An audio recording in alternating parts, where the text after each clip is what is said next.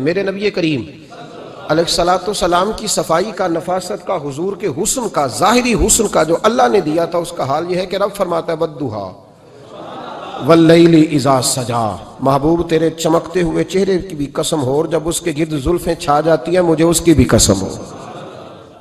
اور حضرت عبداللہ بن رواحہ نبی پاک کے صحابی ہیں، وہ فرماتے ہیں کہ حضور کوئی معجزہ نہ دکھاتے، نہ چاند توڑتے، نہ ڈوبا سورج موڑتے، نہ درختوں سے کلمہ پڑھواتے، کوئی معجزہ نہ دکھاتے، پھر بھی نبی پاک کا چہرہ اتنا خوبصورت تھا کہ لوگوں نے دیکھتے جانا تھا اور کلمہ پڑھتے جانا تھا۔ یہ حضور علیہ السلام کے ظاہری حسن کا حال تھا، لیکن اس کے باوجود اللہ کے محبوب آئینے کے سامنے کھڑے ہو کے کنگھی فرماتے تھے، تیل استعمال فرماتے تھے۔ اللہ کے محبوب علیہ السلام اپنے بالوں کے درمیان سے مانگ نکالتے تھے، آدھے بال ایک طرف ہوتے تھے، آدھے ایک طرف ہوتے تھے، اور صحابہ فرماتے ہیں کئی دفعہ حضور امامہ اتارتے تو ان بالوں کے بیچ جو خوشبو لگی ہوتی اس کا رنگ بھی ہم دیکھا کرتے۔ حضور صاف لباس پسند کرتے تھے۔ ایک شخص کو حضور نے دیکھا، اس نے میلے کچیلے کپڑے پہنے، تو حضور نے ٹھنڈی آہ بھری، فرمایا کاش یہ دھو کے کپڑے پہنتا۔ ایک شخص کو دیکھا بال بکھرے ہیں، کنگھی نہیں کی، تو حضور فرمانے لگے کاش یہ کنگھی کر لیتا۔ نفاست پسند آدمی پہ نا بوجھ بنتا ہے۔ جو آدمی، آپ کو پتہ ہے کہ امام شافعی تو فرماتے ہیں جمعے والے دن غسل کرنا واجب ہے، مت غسل نہ کرے تو جمعہ ہی نہیں ہوگا۔ اگرچہ ہمارے امام صاحب کے نزدیک سنت ہے۔ یہ سنت کب بنا؟ ایک دن نہ بہت سارے لوگ اپنے اپنے کام سے اٹھے مسجد میں آ گئے، مسجد نبوی میں۔ کوئی کسان تھا تو کھیت سے اٹھ کے آ گیا، کوئی مزدور تھا تو مزدوری سے اٹھ کے آ گیا۔ تو مسجد میں جب بہت سارے لوگ جمع ہوئے نا، تو بعض لوگوں کو دقت محسوس ہوئی، تو رسول کریم علیہ السلام نے فرمایا کتنا ہی اچھا ہو کہ تم جمعے والے دن نہا کے آیا کرو۔ بس وہ صحابہ کا مزاج ہمارے والا نہیں تھا کہ تفصیل بتائیں، حکمت بتائیں، ملے گا کیا، ثواب کتنا، نہ نہائے تو گناہ، یہ کوئی نہیں۔ حضور نے کہا کہ نہا کے آؤ تو کتنا ہی اچھا ہے۔ پھر کسی صحابی نے کبھی بھی بغیر غسل کیے جمعہ ادا ہی نہیں کیا۔ کسی نے بغیر غسل کے کبھی جمعہ ادا ہی نہیں کیا نا۔ اسلام بڑا خوبصورت دین ہے۔ حضور نے فرمایا جو کچا پیاز کھائے وہ مسجد نہ آئے، پہلے مسواک کرے، دانت صاف کرے، پھر آئے۔ نبی پاک صلی اللہ علیہ وسلم نے فرمایا جو کچی مولی کھائے مسجد نہ آئے۔ مولی کھانا جائز ہے، پیاز کھانا جائز ہے، لیکن منہ سے بدبو آتی ہے۔ نبی پاک علیہ السلام کا ظاہری حسن کیا بات ہے۔ میلاد مبارکہ میں نبی پاک علیہ السلام کی جو چیز بڑی کھل کے واضح ہوتی ہے وہ رسول اللہ کا حسن و جمال ہے۔ آپ کی والدہ سیدہ طیبہ طاہرہ حضرت سیدہ آمنہ رضی اللہ تعالیٰ، اماں جی کہتی ہیں کہ میرے محبوب جب میرے بطن اقدس میں آئے تو جو تکالیف عورتوں کو ہوتی ہے مجھے ان میں سے کوئی تکلیف بھی نہیں ہوئی، اور اماں جی کہتی ہیں مجھے کبھی کوئی ثقل، کوئی بوجھ محسوس نہیں ہوا، اور فرماتی ہیں کہ جو ولادت کے وقت لوگوں کو، عورتوں کو تکلیف ہوتی ہے مجھے وہ بھی نہیں ہوئی، اور فرماتی ہیں کہ نبی کریم علیہ السلام پیدا ہوئے تو ہمیں حضور علیہ السلام کی ناف کو کاٹنا نہیں پڑا، ناف بریدہ پیدا ہوئے، ختنہ شدہ پیدا ہوئے۔ آپ کو پتہ ہے عورتیں غسل دیتی ہیں بچے کو پیدا ہونے کے بعد، لیکن میرے محبوب نے سجدہ ہی کر لیا پیدا ہوتے ہی، امتی امتی کہتے ہوئے پیدا ہوئے۔ حق نے فرمایا کہ بخشا الصلاۃ والسلام، اور پہلے سجدے پر روز ازل سے درود۔ میرے امام فاضل بریلوی کا جو انداز تکلم ہے نا، اس کی بھی حد ہی کوئی نہیں، کوئی حد ہی نہیں، کہاں تک ان کی محبت جاتی۔ کہنے لگے پہلے سجدے پہ روز ازل سے درود، یادگاری یہ امت پہ لاکھوں سلام، یادگاری یہ امت پہ لاکھوں سلام۔ بتائیے بغیر وضو کے، بغیر غسل کے سجدہ ہو جاتا ہے؟ تو حضور نے سجدہ کر کے بتایا کہ اللہ نے مجھے پاک صاف پیدا کیا ہے۔ نبی پاک صلی اللہ علیہ وسلم کی والدہ نے جب یہ باتیں ارشاد فرمائیں تو لوگوں نے پوچھا ان سے کہ اماں جی پھر آپ ایک جملے میں بتائیں کہ ماجرا سارا کیا تھا، آخر ایک ولادت تو ہوئی نا، آپ کے وجود اطہر سے ایک بچہ تو نکلا، تو یہ کیا تھا؟ تو سیدہ آمنہ فرمانے لگی خرج منی نور، بس میرے وجود سے ایک نور نکلا ہے، بس میرے وجود سے ایک، اور روشنی آتی جاتی ہے تو کسی کو تکلیف نہیں دیتی، ایک نور نکلا۔ میرے رسول کریم علیہ السلام کو ظاہری حسن بھی کمال دیا، اور پھر حضور کی نفاست پسندی، صفائی پسندی۔ نبی پاک جب بات کرتے تھے نا تو حضور کے دانتوں سے نور نکلتا تھا، اس کے باوجود حضور ہر وضو کے لیے مسواک کرتے۔ میں نے ہر نماز کے لیے نہیں کہا، میں اپنے لفظوں کا ذمہ دار ہوں۔ کس کے لیے بولے آپ حضرات؟ ہر وضو کے لیے، یعنی اگر نبی پاک نے وضو نماز کے لیے کیا تب بھی مسواک کی، اور اگر قرآن شریف کی تلاوت کے لیے کیا تو پھر بھی مسواک کی، کسی اور موقع کے لیے وضو فرمایا تو پھر بھی مسواک کی۔ اور سیدہ عائشہ فرماتی ہے جب بھی حضور گھر سے نکلنے لگتے پہلے مسواک فرماتے۔ حالانکہ رسول پاک کے دندان اقدس تو نور والے تھے، ضرورت ہی نہیں تھی، ہماری تعلیم کے لیے نفاست پسندی. ایک بات میں نے شروع کرنی ہے پر آپ نے ناراض نہیں ہونا، پہلے وعدہ کر لیں. جڑے نہیں بولے انہوں نے کی ارادہ ہے ہو جانا ہے. چلو ہو جائے جی، کوئی گل نہیں، خیر ہے، ہو جائیں آپ ناراض. نبی پاک نے بڑی مونچھیں نہیں پسند کی، حضور کو اچھی نہیں لگتی تھی. ایک بات پوچھتا ہوں آپ سے، یہ درد دل ہے میرا اور صرف سمجھانے کے لیے عرض کر رہا ہوں، کوئی تنقید نہیں. اللہ تعالیٰ مجھے نیت کا وضو عطا کرے. ایک بات بتانا، اگر بہو کھانا پکا کے لائے اور سالن سے بال نکل آئے تو پھر اس کا کیا حال ہوتا ہے؟ کئی تو بوڑھے پلیٹ اٹھا کے دیوار میں مارتے ہیں، ایسا ہی ہوتا ہے نا. یہ کیا ہے؟ اور اگر کبھی روٹی سے نکل آئے تو بیوی صاحبہ کا کیا حال ہوتا ہے؟ یہ کوئی طریقہ ہے کھانا پکانے کا؟ اور اللہ تعالیٰ معاف کرے، اگر کبھی ہوٹل میں چلے جائیں امیر لوگ 15,000 کا ڈنر کرنے، تو وہاں کسی سالن کی پلیٹ سے بال نکل آئے تو پھر تو پیسے کیا دینے ہیں، پھر تو ان کو اور جرمانہ ہو جاتا ہے. یہ تو سارے بال نکل آئے تو مشکل. اور ویسے بھی جو نفاست ہے نا طبیعت کی، اس پر بوجھ بنتا ہے. بال کھانے میں ہو، آٹے میں ہو تو بوجھ بنتا ہے. تو بڑی مونچھوں والا دوست، بھائی، بزرگ جب پانی پیے گا تو بال پانی میں جائیں گے کہ نہیں جائیں گے؟ حکیم اور ڈاکٹر کہتے ہیں کہ کینسر کے مرض کا خطرہ ہے. اب باقی بھی راضی نہ ہو، حضور نے بڑی مونچھیں بھی پسند نہیں کی اور چھوٹی داڑھی بھی پسند نہیں کی. حضور نے فرمایا داڑھیاں بڑھاؤ، مونچھوں کو پست کرو، مشرکین کی مخالفت کرو. اور ایک مقام پہ رسول پاک علیہ السلام نے یہاں تک فرمایا کہ جو مونچھیں پست نہیں کرتا وہ ہم میں سے ہے ہی نہیں. نے سخت لفظ. ایک صحابی تھے، آپ یقین کریں نا، کئی دفعہ دوستوں کو کہنا پڑتا ہے اور کئی دفعہ نا مجھے محسوس ہوتا ہے کہ یار ہم روز ہی کہتے ہیں، لیکن کہتے پتہ کیوں ہے کہ بوجھ بنتا ہے وہ بندہ جو اس طرح کی تباہ کے ساتھ آتا ہے، جو حضور نے پسند نہیں کیا. ایک شخص نبی پاک کے سامنے آیا، قاضی عبدالدائم دائم صاحب نے لکھا ہے، بڑی خوبصورت بات لکھی ہے. کہنے لگے حضور کے سامنے وہ اکثر آیا کرتا تھا تو مونچھیں بڑی تھی، حالانکہ داڑھی بھی بڑی تھی، مونچھیں بھی بڑی تھی. 2-4 دفعہ حضور نے باتوں میں تات اللفظ سمجھایا. کچھ بندے نہیں سمجھتے. تات اللفظ سمجھاؤ یا بڑا کھول کے سمجھاؤ پر بات سمجھنے کو تیار نہیں ہوتے. پتہ نہیں کیا ایسا حسن ہے بھئی، جو حسن نبی پاک نے پسند نہیں کیا وہ کبھی حسن ہو سکتا ہے، کبھی خوبصورتی ہو سکتی ہے. وہ کسی کا ذاتی کلچر تو ہو سکتا ہے پر دین کی تہذیب نہیں. نبی کریم علیہ السلام نے کئی دفعہ سمجھایا تو ان کی سمجھ میں بات نہ آئی. ایک دن وہ بیٹھے ہوئے تو حضور نے ایک صحابی سے فرمایا کینچی لاؤ.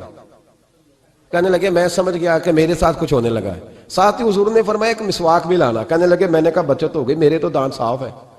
تو یہ شاید اس کی بات ہونے لگی ہے جس کے دانت بھی ٹھیک نہیں. دونوں چیزیں جب آ گئی نا تو حضور اٹھے اور نبی پاک نے مسواک ان کے ہونٹوں پہ رکھی. اسی سے آبی ہونٹوں کے اوپر مسواک رکھ کے تو اوپر سے حضور نے مونچھیں کاٹ دی.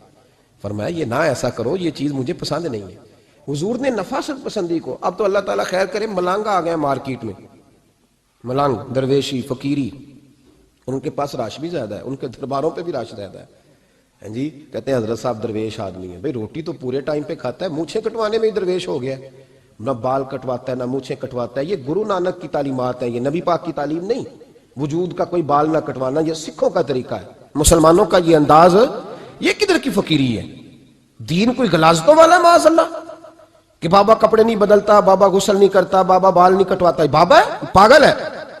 قطعی طور پر کوئی فقیری نہیں. فقیری صرف وہ ہے جو میرے نبی نے کیا ہے صلی اللہ تعالی. اس منبر پر بیٹھنا فقیری ہے چونکہ حضور ہر جمعے بیٹھا کرتے تھے.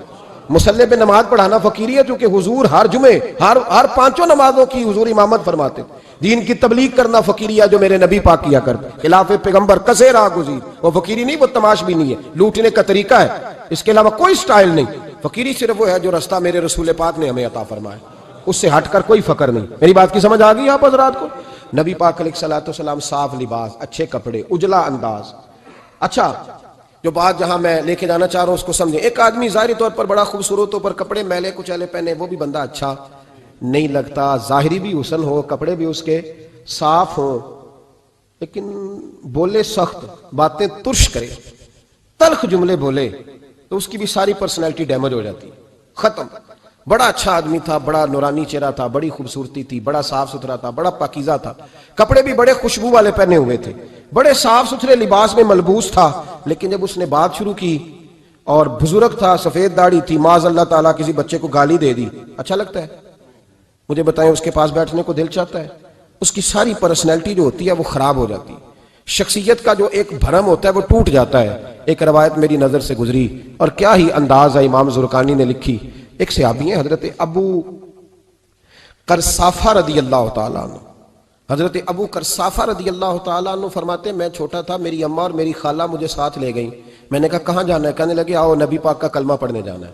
پڑھیے درود شریف صلی اللہ، سارے پڑھیے، پھر پڑھیے ایک دفعہ صلی اللہ تعالیٰ علیہ۔ حضور کا ذکر ہو تو فوراً درود پڑھنا چاہیے۔ نبی کریم علیہ السلام کی بارگاہ میں نا میری خالہ اور میری اماں دونوں مجھے ساتھ لے گئیں کلمہ پڑھنے۔ کہتے ہیں جب ہم حضور کی بارگاہ میں پہنچے، کلمہ پڑھا، واپس آئے تو میری اماں اور میری خالہ آپس میں بات کرنے لگی۔ میری خالہ کہنے لگی تو نے دیکھا ہے ان کا بولنا کتنا مزیدار تھا؟ میری خالہ کہنے لگی تو نے تو وہ دیکھا لیکن وہ جو غلام آیا تھا اس کے ساتھ ان کا رویہ کتنا پیارا تھا۔ تو نے دیکھا جب وہ کھانا کھا رہے تھے تو پہلا خیال انہوں نے ہمارا کیا۔ بار بار وہ ان کا ذکر کرتی، کہتے آپس میں حضور کی شانیں بیان کرتی، میری اماں بھی میری خالہ بھی۔ بالآخر بات لمبی ہو گئی تو میری اماں بولی، کہنے لگی بس کر، ہم کتنی عظمتیں بیان کریں گے، مجھے تو 3 باتیں سمجھ میں آئی ہیں۔ کتنی؟ 3 باتیں مجھے سمجھ میں آئی ہیں۔ کہا وہ کیا؟ تو کہنے لگی ما رأینا مثل ھذا الرجل احسن وجھا ولا القى ثوبا ولا البنا کلاما۔ کہنے لگی مجھے تو 3 باتیں سمجھ میں آئی ہیں کہ نہ اتنا خوبصورت چہرے والا کوئی شخص دیکھا ہے، اور نہ اتنے صاف کپڑوں والا کو دیکھا ہے، اور نہ ہی اتنی میٹھی بولی بولنے والا کوئی دیکھا ہے۔ تینوں باتوں کی کمال ہے، ظاہری حسن بھی کمال، کپڑوں کی صفائی بھی کمال، اور رسول پاک کا بولنا بھی کمال، لب و لہجے میں مٹھاس بھی خوبصورتی والی۔ یہ اصل حسن ہے کہ ظاہراً بھی انسان بڑا منزہ ہو، باطناً بھی بڑا صاف ستھرا ہو۔ میرے رسول پاک علیہ السلام کا طریقہ مبارکہ پتہ کیا تھا؟ حضور صلی اللہ تعالیٰ علیہ وآلہ وسلم جب مسجد میں نماز پڑھ لیتے تو حضرت جعفر رضی اللہ تعالیٰ عنہ فرماتے، بخاری کی حدیث ہے، فرماتے ہیں میں مدینہ شریف میں آیا تو حضور نماز پڑھ لیتے تو صحابہ نبی پاک کے پاس آتے اور حضور کا دست مبارک پکڑ کے پہلے چومتے پھر چہروں پہ ملتے، پہلے چومتے پھر چہروں پر۔ نبی پاک کے صحابہ حضور کے قدم بھی چوما کرتے، قدموں میں جھکا کرتے تھے۔ یہ تو بھائی اس وقت پتہ چلتا ہے جب کسی سے پیار ہو جاتا ہے، جب کسی بندے سے۔ میں اکثر مثال دیا کرتا ہوں اکثر کہ کسی کا بچہ پیشاب کرے تو کہہ آتی ہے، الٹی آتی ہے، لیکن اپنا بچہ بالوں میں بھی کر دیتا ہے، پھر کوئی کہہ نہیں آتی چونکہ اپنا ہے نا، پیار ہو گیا نا۔ اب وہ کیفیت جب کسی سے محبت ہو جاتی ہے نا تو کچھ چیزیں صرف سمجھنے کی نہیں، کچھ چیزیں ایسی ہوتی ہیں جو محسوس کرنے والی ہوتی۔ اس نے کہا تھا عشق ایک ڈھونگ ہے، میں نے کہا تجھے عشق ہو خدا کرے، پھر کوئی تجھے اس سے جدا کرے، تو اسے تسبیحوں پہ پڑھا کرے، تو اسی کا نام جپا کرے، تو گلی گلی پھرا کرے، پھر میں کہوں کہ عشق ایک ڈھونگ ہے اور تو نہیں کہا کرے، پھر میں کہوں کہ عشق ایک ڈھونگ ہے اور تو۔ اس نے کہا تھا عشق ایک ڈھونگ ہے تو میں نے کہا تجھے عشق ہو خدا کرے۔ بھائی یاد رکھو جب انسان کو محبت ہوتی ہے تو پھر اس کے انداز بدل جاتے ہیں، اس کے طور طریقے تبدیل ہو جاتے ہیں۔ وہ میں اکثر ایک بات کہا کرتا ہوں، میں کہتا ہوں بچہ باہر سے برگر کھا کے آ جاتا ہے رات کو، اماں کہتی بیٹے روٹی کھا لو، کہنا تو گوبھی پکائی میں نہیں کھانی، حالانکہ برگر کھا آیا ہے، دور سے کھا آیا ہے، تو اماں اس کو کہتی ہے پھر میں سوئیاں نہ بنا دوں تھوڑی سی اپنے بیٹے کو، فٹافٹ چاول نہ تجھے ابال دوں، ساتھ میں باریک دال بنا دیتی، کہتا نہیں میری مرضی کا پکاتے ہی نہیں، میں نے نہیں کھانا۔ ایسے اب ابا جو ہے نا، ابا وہ اماں کو سمجھا رہا، کہتا چھڈ پر بھوک لگے گی تو آپ ہی کھا لے گا، تھوڑا ایڈی ٹینشن لے ایویں پہ تینوں ستاندا ہے۔ اماں کیا کہتی ہے؟ کہتی نہیں مجھے نیند نہیں آ رہی، کھائے گا تو سکون آئے گا۔ اب اس کو آپ لاکھوں دلیلیں دیں کہ سیاںا بیانا ہے، بچہ نہیں ہے، 22 سال کا ہے، 24 سال کا، چھوڑ تو کیا کر رہی ہے؟ لیکن اماں کو کوئی سمجھا سکتا؟ کیوں نہیں سمجھا سکتا کہ اسے اپنے بیٹے سے پیار بڑھا ہے؟ وہ کیا کرے، وہ مجبور ہے، اس کے دل کی کیفیت اس طرح کی ہے کہ کوئی دنیا کی طاقت اسے سمجھا سکتی، سوال ہی نہیں پیدا ہوتا کوئی اسے سمجھا سکے۔ یہ ممکن کیسے ہو، کیسے سکتا ہے؟ یہ محبت ہے۔ میرے رسول پاک علیہ السلام کے صحابی حضرت جعفر فرماتے ہیں میں حضور کی بارگاہ میں آیا تو صحابہ کیا کرتے؟ نبی پاک کا دست مبارک پکڑتے، پہلے چومتے پھر چہرے پہ ملتے، بخاری ہے۔ فرماتے میں نے کہا یہ کیا کر رہے ہیں؟ پھر اچانک میرا بھی دل کیا ذرا کر کے تو دیکھو، کچھ چیزیں چکھنے پہ پتہ لگتا ہے کتنی مزیدار ہے۔ کہتے میں بھی قریب گیا، حضور کے دست مبارک میں نے ہاتھ ڈالا، فرماتے ہاتھ پکڑا ہی تھا کہ نبی پاک کا ہاتھ برف سے بھی زیادہ ٹھنڈا۔ فرماتے ہیں پھر میں نے پکڑ کے چہرے پہ ملا تو کستوری سے زیادہ خوشبو آ رہی تھی دست مبارک۔ فرماتے ہیں اب میرا چھوڑنے کو دل ہی نہیں کر رہا تھا، اب میری طبیعت نہیں مان رہی تھی۔ میرے نبی کریم علیہ السلام اللہ کی دلیل ہیں، ہر پاکیزگی، ہر حسن، ہر کیف اللہ نے اپنے رسول کو عطا فرمایا۔ دنیا کی جتنی غلاظتیں تھیں جب کوئی حضور کے قریب جاتا تھا تو ساری غلاظتیں دور ہو جاتی۔ کما ارسلنا فیکم رسولا منکم یتلو علیکم آیاتنا ویزکیکم، اللہ فرماتے ہیں میرے محبوب تم پر میری آیتیں پڑھیں گے اور تمہیں پاک فرما دیں گے۔ تمہاری ساری ناپاکیاں نبی پاک دور کر دے، ہر غلاظت تم سے دور ہٹ جائے۔ ایک صحابی ہیں حضرت شیبہ بن عثمان رضی اللہ تعالی عنہ، وہ کہتے ہیں میرے والد کو اور میرے چچا کو مسلمانوں نے احد میں قتل کر دیا تھا، میرے دل میں بڑا غصہ تھا، بڑا جلال تھا کہ کبھی مجھے موقع ملے تو میں بدلہ لوں گا۔ کہتے ہیں فتح مکہ کے بعد نبی پاک علیہ السلام حوازن کی جنگ کے لیے نکلے، مجھے پتا چلا حضور جا رہے ہیں، تو میرے اندر شعلے بھڑک رہے تھے انتقام کے۔ روز میں منصوبہ بندی کرتا، پلاننگ کرتا کہ کسی طریقے سے میں ان تک پہنچوں گا اور بدلہ لوں گا۔ کہتے ہیں نبی کریم علیہ السلام نہ حوازن کے لیے پہنچ چکے تھے، فرماتے ہیں میں بھی جنگ میں جا کے شریک ہو گیا، اور میں نے طریقہ اس طرح کا اختیار کیا کہ کسی طریقے میں حضور تک پہنچ جاؤں۔ سمجھ آ رہی ہے میری بات کی؟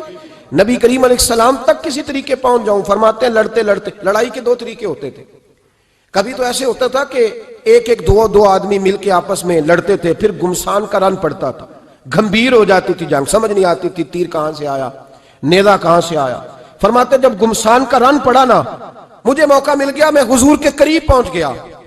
حضرت شیبہ بن عثمان رضی اللہ تعالیٰ عنہ کہتے جب میں پہنچ گیا تو میں نے نا دیکھا کہ اب حضور کے قریب لوگ نہیں ہیں۔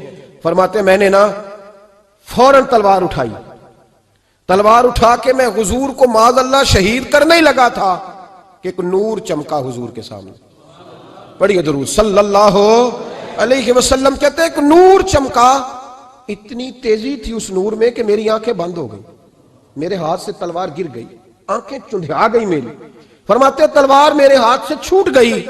اب جب وہ روشنی مدھم ہوئی نا تو میں نے دیکھا نبی پاک سامنے کھڑے مسکرا رہے ہیں۔ میں نے کر دیا، آپ نے سن لی، ذرا دیکھو تو صحیح، جو تلوار لہرائے اسے دیکھ کے بھی کبھی کو مسکرایا ہے؟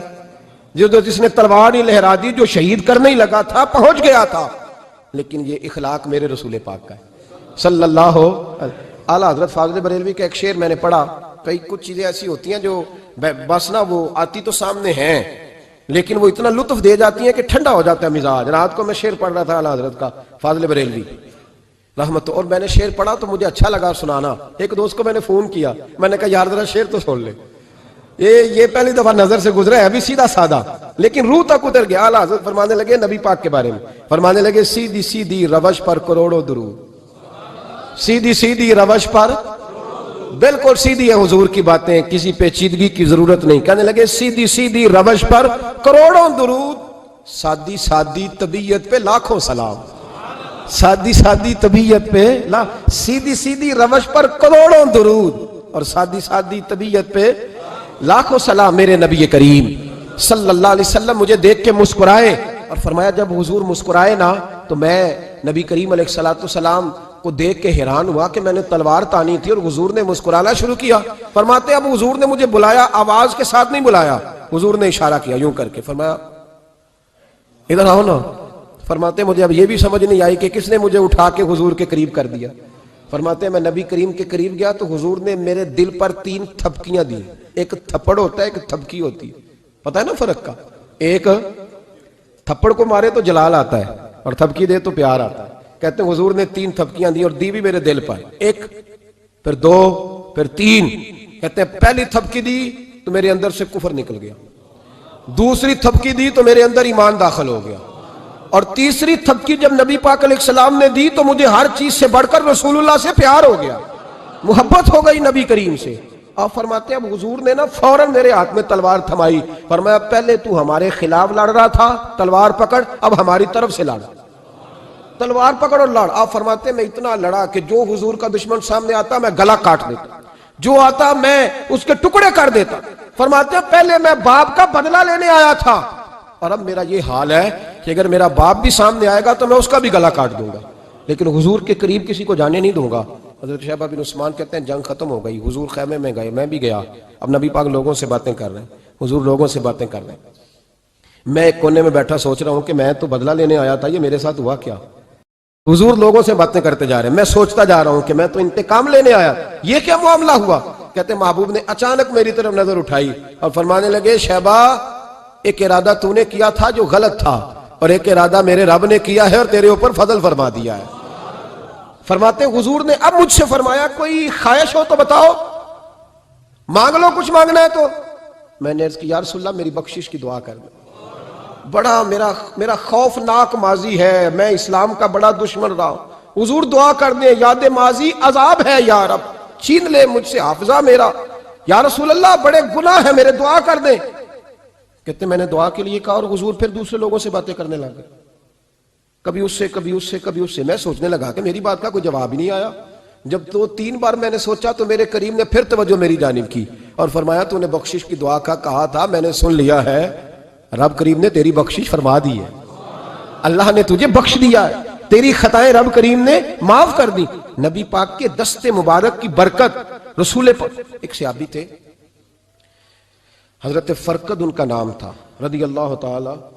پہلے نا میں جب گفتگو کیا کرتا تھا نا تو میں صحابہ کا نام نہیں لیتا تھا، میں کہتا تھا ایک صحابی فرماتے ہیں، چونکہ صحابہ کے نام مشکل تھے، لوگوں کو یاد نہیں رہتے۔ ایک دن میرے دل میں خیال آیا کہ نام لیں گے نہیں تو انہیں آئیں گے کیسے، چلو خود کسی کو یاد ہو جائے گا۔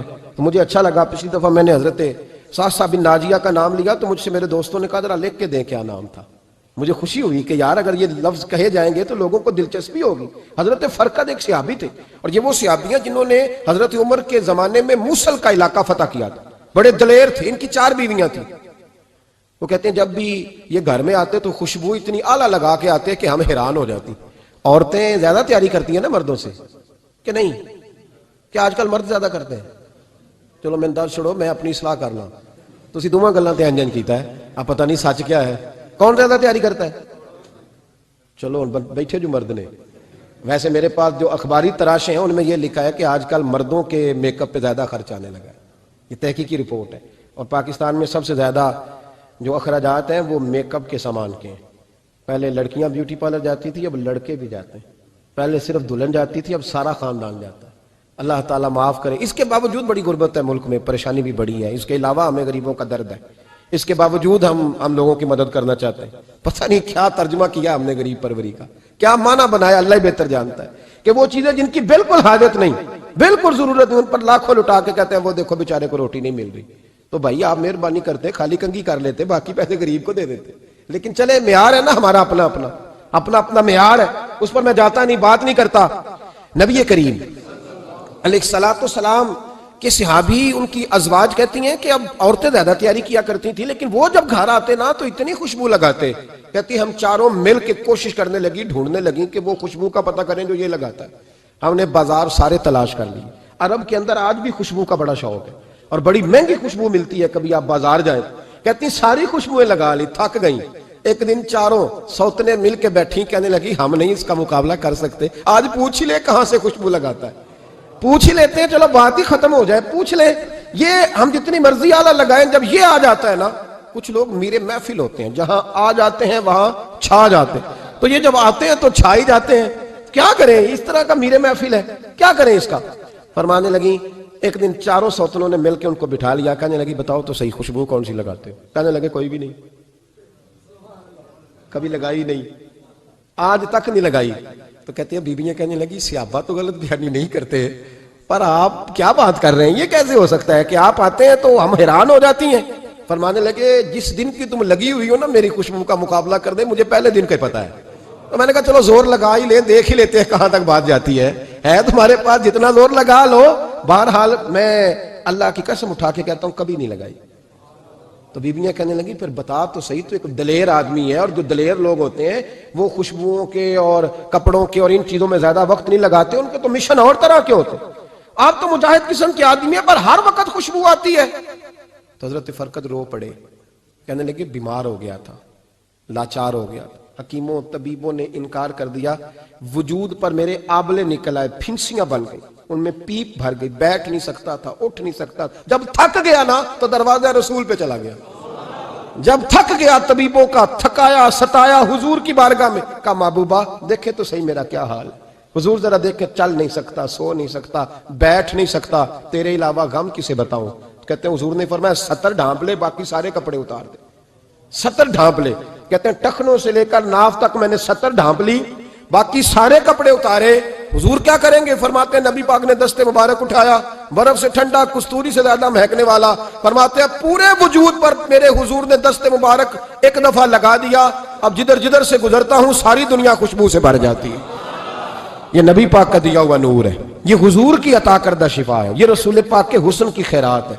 ایک شاعر نے ایک فکرہ کا کمال کر دی، کہنے لگا ظلمت کو ان کے نور نے کافور کر دیا، جس پر پڑی نظر اسے بھی نور کر دیا۔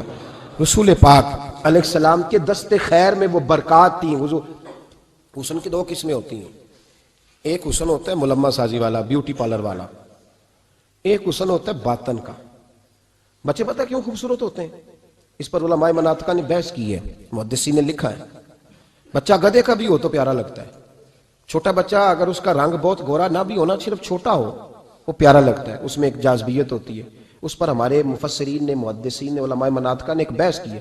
وہ کہتے ہیں اصل بات یہ ہے کہ بچے جھوٹ نہیں بولتے، بددیانتی نہیں کرتے، دھوکہ نہیں کرتے۔ یہ جو اندر کی عیاریاں ہوتی ہیں نا، چہرہ بھی خطرناک کر دیتی ہیں، اور جب اندر حسن ہوتا ہے تو باہر بھی حسن ہی ہوتا ہے۔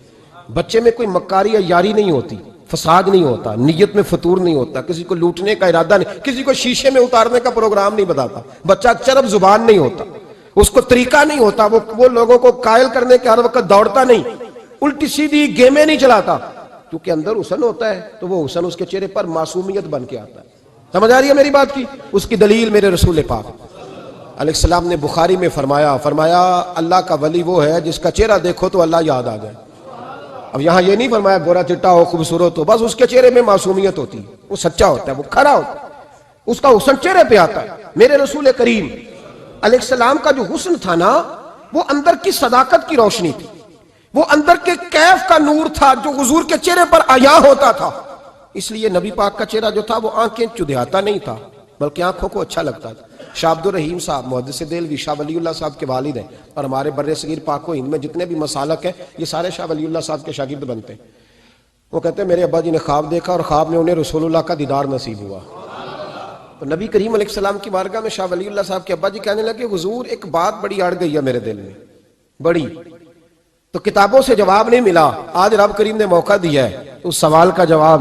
تو عبد الرحیم پوچھو کہ یا رسول اللہ حضرت یوسف کا حسن دیکھ کے لوگوں نے انگلیاں کاٹ لی، پر آپ کو تکنے والے تکتے ہی رہے، کوئی بھی ہوش نہیں ہوا، کسی نے انگلی نہیں کاٹی۔ تو کہتے ہیں محبوب نے فرمایا عبد الرحیم رب کریم نے اپنی غیرت کے ساتھ میرے حسن پر 70,000 پردے ڈالے، یہی بہتر ہے کہ پردوں میں وہ پردہ پوش رہے، وہ اگر پردے اٹھا دے تو کسے ہوش رہے۔ فرمایا 70,000 پردوں میں چھپا ہوا حسن ہے، ورنہ کسی کی طاقت تھی کوئی بات کر سکتا، جرت تھی کسی شخص کی؟ میرے حبیب پاک سید عالم حضرت عبداللہ ابن سلام رضی اللہ تعالیٰ عنہ اہل یہود کے بڑے عالم تھے۔ فرماتے ہیں میں تورات زبور انجیل کا جاننے والا تھا۔ جس دن حضور مدینہ طیبہ ایک قصوہ نامی اونٹنی پر بیٹھے تھے، میں حضور سے مناظرہ کرنے، بحث کرنے آیا، میرے ساتھ میرے شاگرد تھے، ارادہ تھا بحث کروں گا، نبی پاک کو بڑے معاذ اللہ کڑوے کڑوے سوال کروں گا۔ کہتے ہیں حضور بیٹھے تھے قصوہ نامی اونٹنی پہ اور گردن مبارک جھکی ہوئی، ہونٹوں پر حضور کے زیر لب ہلکی سی مسکراہٹ تھی۔ نبی پاک تھوڑا بولتے تھے پر جتنا بولتے تھے وہ دلوں میں اترتا جاتا تھا۔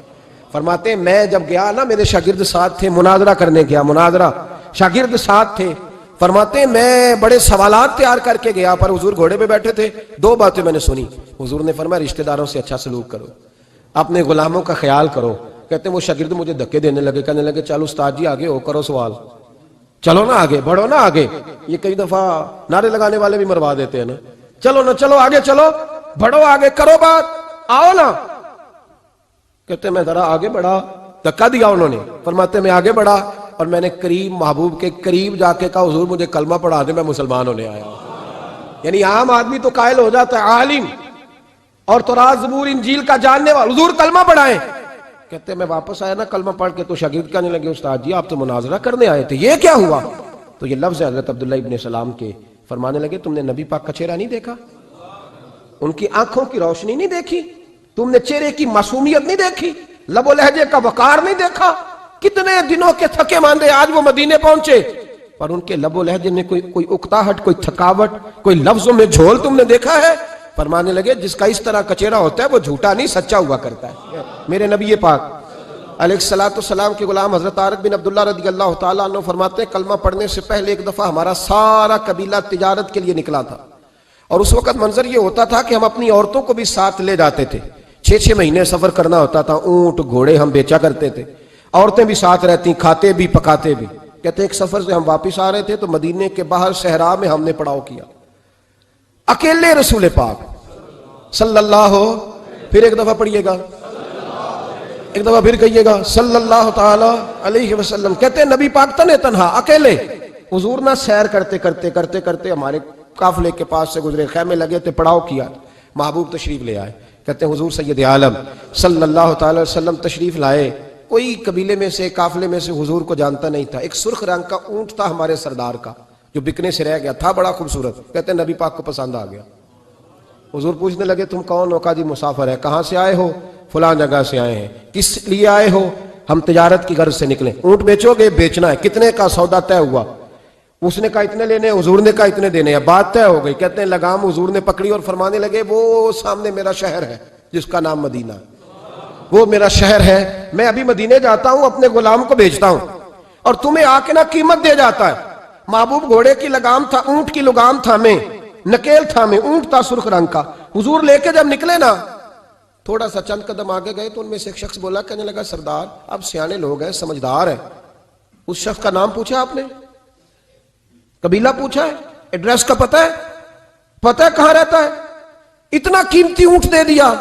سردار بھی کہنے لگا, سارے کہنے لگے یار ان کی باتوں میں اتنی لذت تھی, ان کے گفتار و رفتار اتنی باوقار تھی, مزیدار تھی کہ ہوش ہی کوئی نہیں رہا.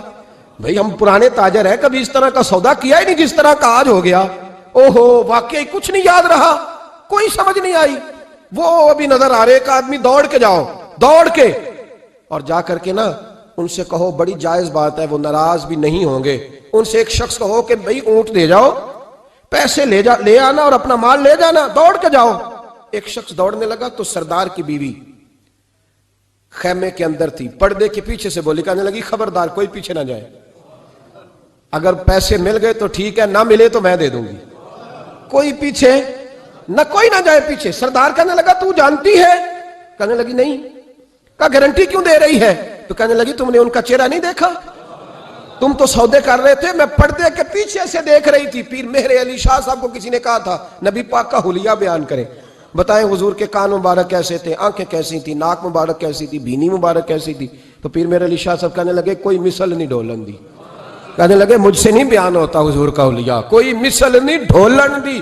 تو چپ کر مہر علی, ایتھے جا نہیں ہوں بولن دی, میں بس کر, تو بیان کر سکتا ہے اتنی طاقت. اعلیٰ حضرت نے کہا لم یاتی نذیر کفی ناظرن مثلے تو نشد پیدا جانا. کہا حضور مثال تو تب آپ کی بنے گی نا, کوئی آپ کی طرح کا پیدا تو ہوگا, تبھی مثال بنے گی, تو جب ہوا ہی نہیں تو مثال کیسے بنے گی. کہنے لگی کوئی نہ جائے, نہ پیسے آئے تو میں دے دوں گی. میں تو پردے کے پیچھے سے دیکھ رہی تھی, ان کے چہرے کا وقار دیکھا, ان کی آنکھوں کی روشنی دیکھی, ان کے لفظوں کا حسن دیکھا. تم 50 باتیں کرتے تھے, وہ ایک جواب دیتے تھے اور گنے چنے لفظ بولتے تھے. ان کی سادگی کا وقار دیکھا, جانے دو, نہ پیسے آئے تو میں دوں گی. کہتے ہیں حضور گئے, تھوڑی دیر کے بعد ایک کالے رنگ کا حبشی غلام آیا, پیسے بھی پکڑے اور اپنی چادر میں نا کھجورے باندھ کے تو پیچھے ڈالی ہوئی, اور دیہاتی لوگ پیچھے نہیں ڈال لیتے, کھجورے ڈال کے پیچھے. کہتے ہیں وہ آئے اور ان کے آنے کا انداز بھی بڑا نرالا تھا. کہتے ہیں وہ جھومتے جھومتے اللہ کا ذکر کرتے, اللہ الصمد کرتے پہنچ گئے اور آگے کہنے لگے تم سے میرے نبی نے اونٹ خریدا ہے؟ تم سے؟ کہا ہم سے خریدا ہے. کہنے لگے یہ تمہارے پیسے, اور پھر چادر کھول کے صحرا پہ بچھا دی. کہنے لگے یہ تمہارے پیسے اور کھجورے کھاؤ, میرے نبی نے تحفہ بھیجا ہے, کھاؤ حضور نے تحفہ بھیجا ہے. تو وہ سردار کی بیوی اوٹ ہٹا کے کہنے لگی, وہ کالے رنگ کے حبشی غلام, انہیں کھجوریں کھلا اور مجھے اس عزت والی ماں کا نام بتا جس کے گھر میں ایسا لال پیدا ہوا. انہیں کھجوریں کھلا اور مجھے اس عظمت والے باپ کا نام بتا جس کے گھر میں ایسا پھول کھلا ہے. وہ قبیلہ تو بتا تو صحیح, وہ کون تھے. 2 گھڑیاں رکے ہیں پر خوشبوئی پھیل گئی ہے, رنگ ہی بدل گیا, تار کوئی مثل نہ ڈھولن دی. تو چپ کر مہر علی, ایتھے جہاں نہیں ہوں بولن دی. حضرت طارق بن عبداللہ کہتے ہیں جناب بلال فرمانے لگے وہی تو اللہ کے آخری رسول ہیں, وہی تو خاتم المرسلین ہیں, وہی تو ہیں جنہیں اللہ نے ساری انسانیت کے لیے نمونہ عمل بنایا. کہتے ہیں ہم اونٹ بیچنے گئے تھے پر سارے کا سارا قبیلہ ہی مسلمان ہو گیا. نبی پاک کی حضور کے ظاہری حسن کے تذکرے ہماری اولادوں کو آنے چاہیے. ایک شعر مرحوم اعظم چشتی نے کہا تھا, کمال کر دی. کہنے لگے سمجھا نہیں ہنوز میرا عشق بے ثبات, تو کائنات حسن ہے یا حسن کائنات؟ میں آج تک سمجھ نہیں سکا. سمجھا نہیں ہنوز میرا عشق بے ثبات, تو کائنات حسن ہے یا حسن کائنات. بھائیو وہ سارے طریقے اپناؤ جو رسول پاک نے عطا فرمائے.